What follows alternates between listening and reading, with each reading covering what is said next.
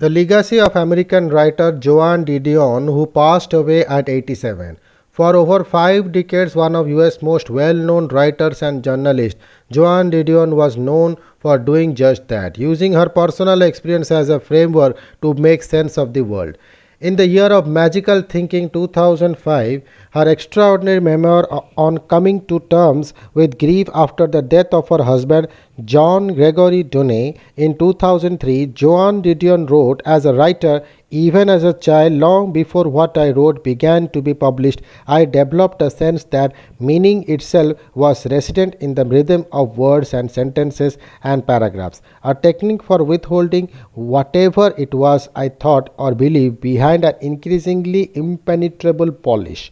The way I write is who I am or have become, yet this is a case in which I wish I had, instead of words and the rhythms, a cutting room equipped with a digital editing system on which I could touch a key and collapse the sequence of time, show you simultaneously all the frames of memory that come to me now, let you pick the takes, the marginally different expressions, the variant readings of the same line. This is a case in which I need more than words to find the meaning.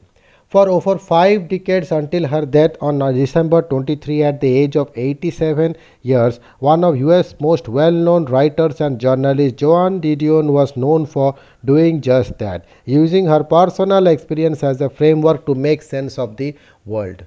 By putting the first person firmly at the center of reportage and still practicing an unerring sense of journalist detachment, Didion became a central figure in the new journalism movement, a literary movement in the US championed by writers such as Tom Wolfe, Norman Mailer, Truman Capote, and Gay Tillis that experimented with the technique of fiction writing in reporting in the late 60s and early 70s.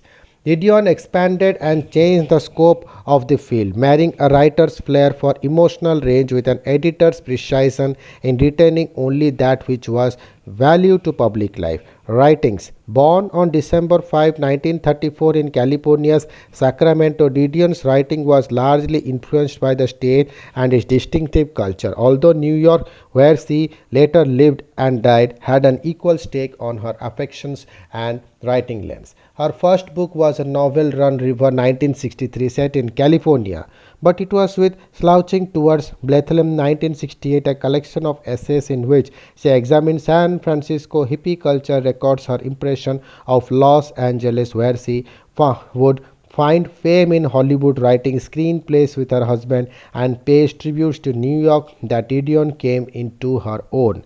Over the next several decades, she would go on to publish 5 novels and 12 works of non-fiction besides several screenplays, including the 1976 A Star is Born featuring Barbara Streisand and Chris Christopherson.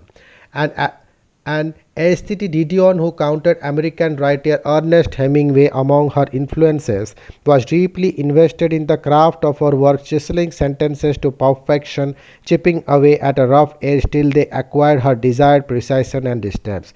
We tell ourselves stories in order to live. We interpret what we see, select the most workable of the multiple choice. We live entirely, especially if we are writers, by the imposition of a narrative line upon disparate images, by the ideas with which we have learned to freeze the shifting phantasmagoria which is our actual experience, wrote Didion in White Album 1979. While deliberations on mortality was a recurrent theme in her work, Didion's writing displayed a remarkable range, embracing memory and nostalgia, culture and politics in its sweep. Her deliberations on grief, love, and loss in books such as The Year of Magical Thinking and Blue Night, in which she writes about losing her ailing daughter a year and a half after her husband's death, have become a hallmarks of literary memories. Life and Legacy. In the 2017 Netflix documentary Joan Didion, the center will not hold by her nephew Griffin Dunne, Didion spoke of how, as a shy child, she discovered writing at her mother's encouragement early in life. She was a student in English literature at the University of California, Berkeley, when Vogue announced its competition for college seniors, the Prix de Paris. First prize a job in Paris or New York, she says in the documentary.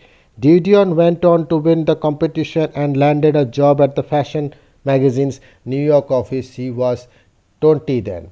Didion worked at the magazine from 1956 to 1964 and would meet her future husband writer Dunay during her time in New York. The two would marry in 1964 and in 1966 adopt a daughter whom they named Quantino Rowe. The self was central to her writing, but Didion used it as a launch pad for an examination of the ruptures in American society, the irreversible sweep of the anti establishment counterculture of the 1960s and 1970s, and how it was changing the nature of institutional, personal, and political lives of Americans down the ages. Her quickie interest in fashion and why one must be alive to the possibilities of the present moment at all times.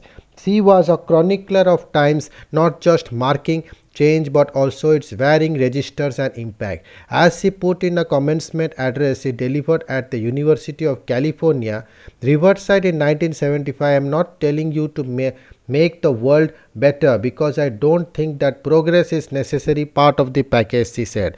I am just telling you to live in it, not just to endure it, not just to suffer it, not just to pass through it, but to live in it, to look at it, to try to get the picture. Thank you.